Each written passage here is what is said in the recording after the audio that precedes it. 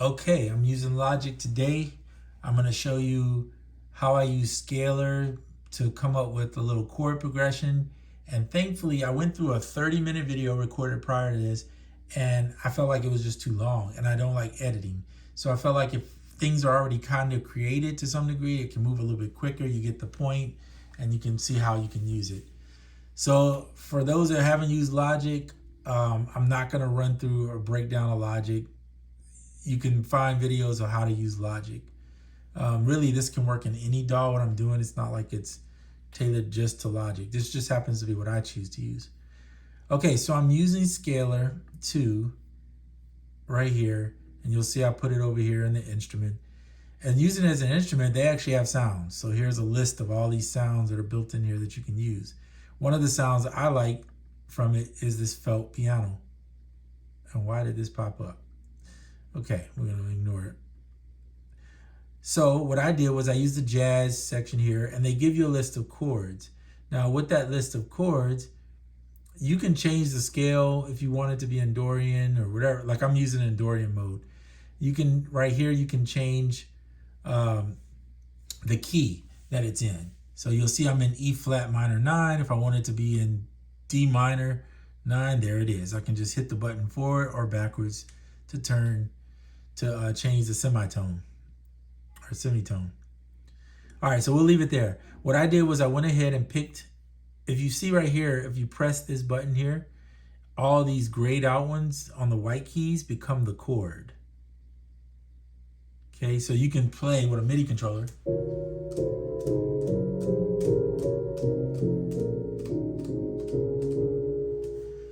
Okay, so that's what I did, but I picked the chords I like and I dragged them down to this little section, which is my patterns section. I'm not gonna get into all these features because the other video, I think I spent too much time talking about features. And I wanna make this kind of where you can watch it and just get an idea to see if it's something you wanna use. All right, and if you like it and wanna see more, then let me know. We'll do another more intense video where I kind of show all the extra features. All right, so I picked the chords. If I click here, you'll see that flashing light in the corner over there.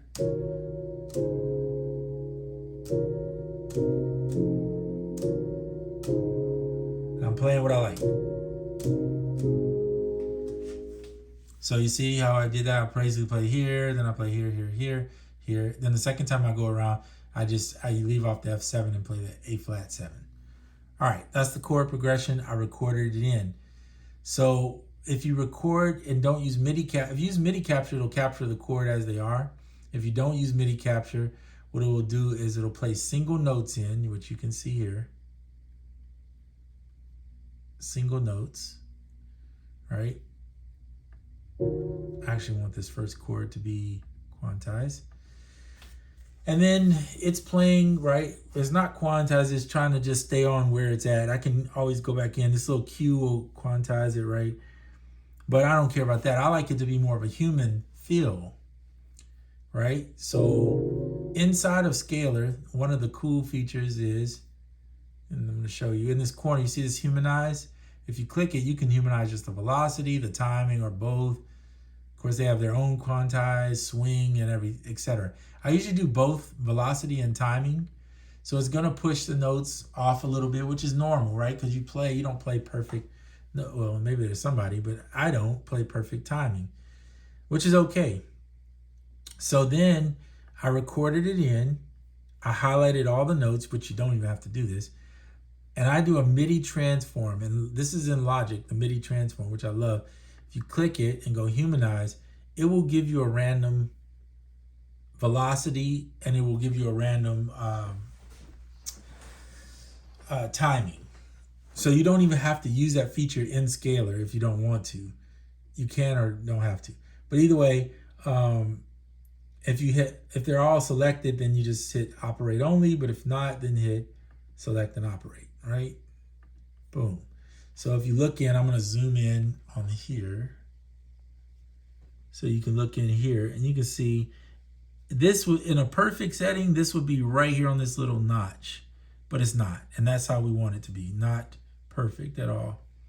This one hits right on, this one's slightly off. This one's a little bit before. So that's good. That means that it's gonna have more of a human feel to it. I'm not gonna put swing on it, we don't need that. It also changed the velocity. You can see normally these will all be red if I hit them at 100% velocity, right? You can see there's some variation in these colors. That means the velocity, if I click that note, it's at 119, that one's at 127, 106. Velocity is gonna make it sound more humanized. Boom. So that's recorded. So let's mute everything else and see. You know, I could just do solo. Why do I mute? So you can see here I recorded in.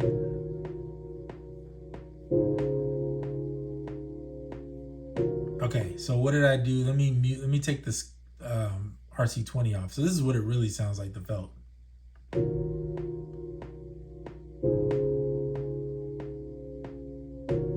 Okay, I'm not gonna play the whole thing for the sake of time.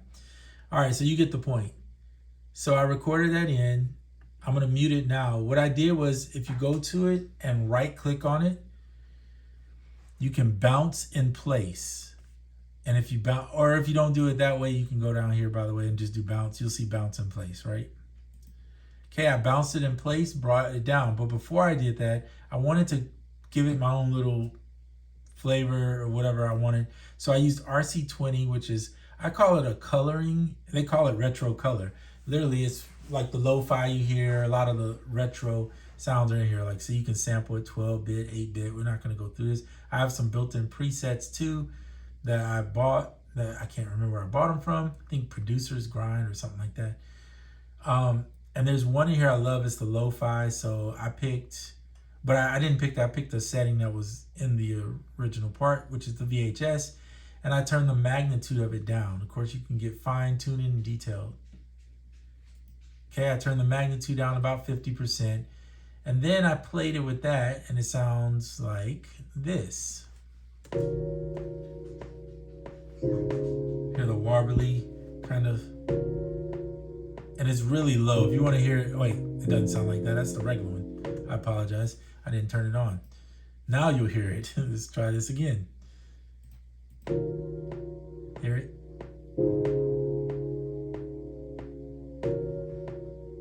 Okay, so I just gave the felt piano a little extra character. Okay, then I've basically bounced it down to a audio file. I prefer it that way, working with the audio files. I don't know, it's just me. And there you have it. So you can see it as an audio file. If you ever wonder, like, well, man, it's an audio file and well, I can't adjust it. Well, you can always go back and adjust it. But let's say you deleted it. The coolest thing in here is flex time. Turn on flex. And now you can take these warp markers and adjust from the transient any of these notes where you want them. That's why, I mean, Logic is one place that does it. Of course, you can do it in Ableton and other places. Okay, that is a whole different video. So let's turn off this and let's look back here. So then I went in, I took and I used, I think it's Command F. That is not it. Don't do that. I don't know what that did, to be honest. Whatever it is, the command to open this, the files. And I keep a folder on the desktop called drums. So I can go in there, here's my drums, pull from these drums, or you can use Splice, whatever you have. Just pull, I keep it on the desktop just because it's easier for me. Less digging for stuff. And so I found, I think I used the lo-fi kit. Yep. Here, free lo-fi I got. Picked out a kick, picked out a hi-hat, and picked out a snare. So I drag them in one at a time, and I'll show you real quick in case you. So let's say you're gonna use that one. I used them in the Optimize, I believe. Or did I use original? I think I used original, which is fine. If you want to make a drum kit, use Drum Machine Designer. If you want more options, use Optimize, and then original is cool for like, what is it?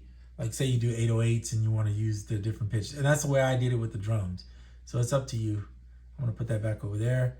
I pulled them in, and then this is what the kicks. Then I built the kicks. You'll see them down here. There's also a step sequencer if you don't drum, but I like to drum it in on the key. And you'll see here, this is crucial, root note. I'm trying to keep this video below 15 minutes. You'll see root note, that's the root note of the sound. If you start going back, it pitches it down. So that's up to you. You can use multiple ones if you want on that one sound, which is why I like it. Another thing I do is I use the same function, Midi Transform, Humanize. It moves them around a little bit, just nudges them a little here or there, forward, backwards. It also changes the velocities, randomize those. So those are good a way to keep you from having to go do so much extra work. And you can see these little lines that's going here showing the variations in the velocity. All right, so I did the same for the snare, did the same for the hats, and this is what I came up with.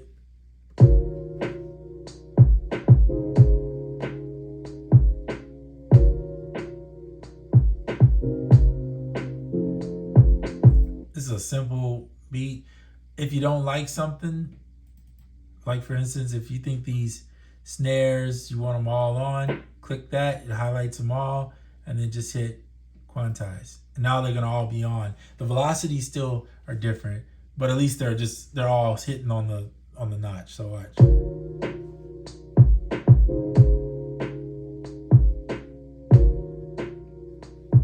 Okay, same thing with the kicks. Perhaps you want your kicks perfect for whatever reason, I don't know. Select the root note, hit the Q.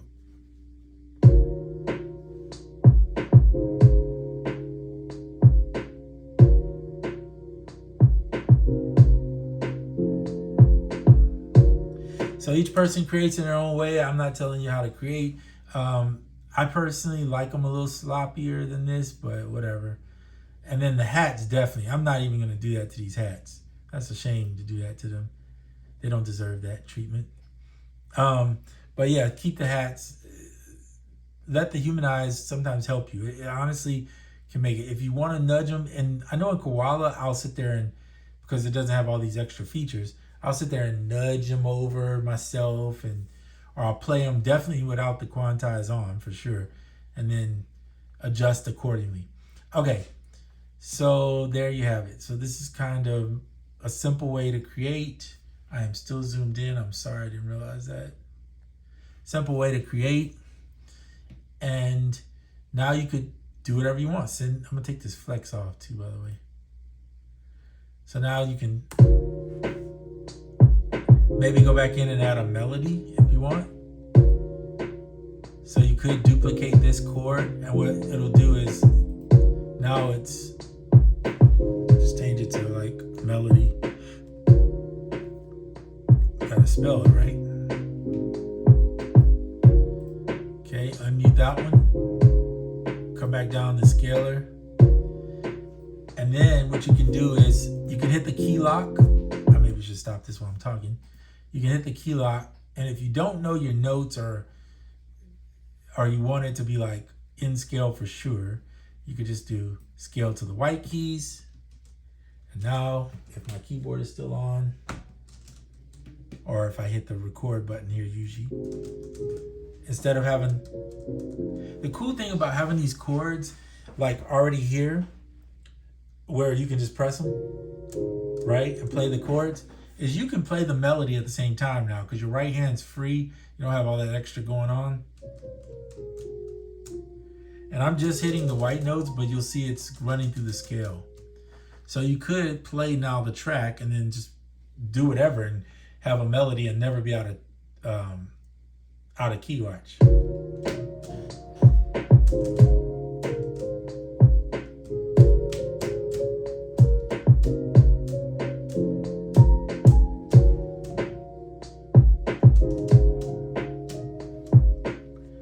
See what I'm talking about? And I didn't even record that. So I'm going to record it. Let's do it.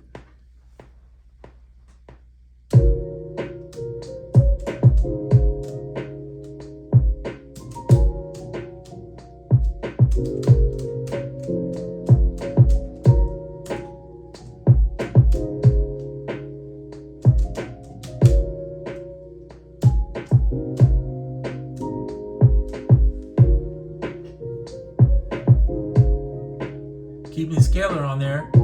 Now you can go back and see what you played.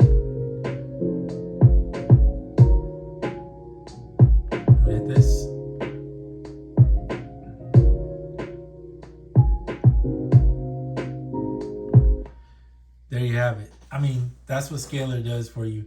So it's like, honestly, and then, you know, you're playing, if you leave on the, oops, I'm sorry, of course I left that on. Open scalar up. All right, if you leave on humanize, it's changing the velocity and everything for you.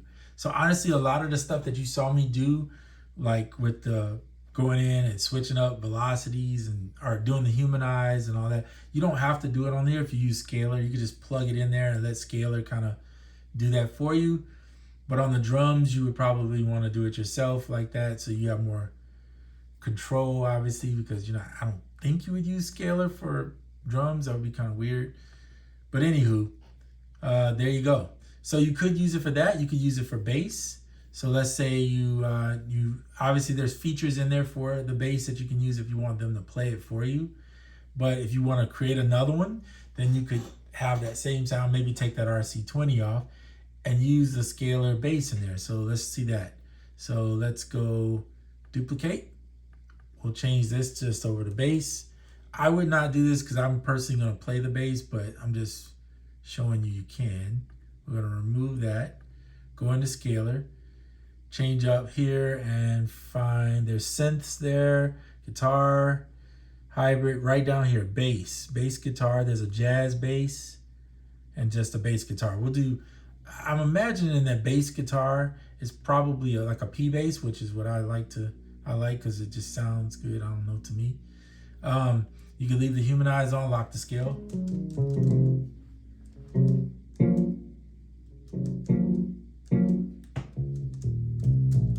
Push it back, push your, I'm going to the lower end of the register.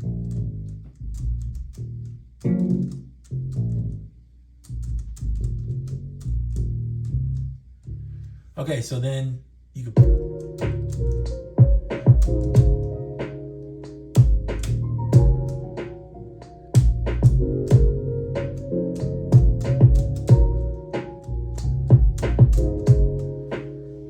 I mean, guys, come on. That's pretty special. That makes it easy. And I haven't really done anything. I just kept copying scalar tracks and kept the same. I mean, my goodness, if it gets any easier than that, we're not even going to be making music. Practically not. But anyway, that's a whole nother subject. All right. So there you have it. You can, not bad. Some of the scalar sounds, they're usable. That jazz bass is a little bit hard for me to get with, but this bass guitar, regular bass, is decent. Okay, so there you have it. So now you can use scalar. You can create the bass, you can create the melody, you can create the chords, and then you just get some drums and pull them in and drum it out and have fun. And or if you don't have drums, just use some of the drums in Logic can be okay. You might want to tailor them, twist them, do something to them to make them sound to your taste, whatever the case may be. There's so many drum packs that are free out there you can get. Don't feel like you got to buy a bunch of splice drums or any drums, really. Just get what you can get, afford what you can afford. All right? I think that's cool enough to show you can make a full song with scalar and Logic and some drums. Pretty cool. All right, 20 minutes, 19 minutes and counting. So I'm trying to end this video because I don't want to go high into the 30-minute slot where I was. All right, if you got any questions, throw them in the comments. Any suggestions, I take those too. Be nice, treat people right, and you'll get treated the same way. And I'm off.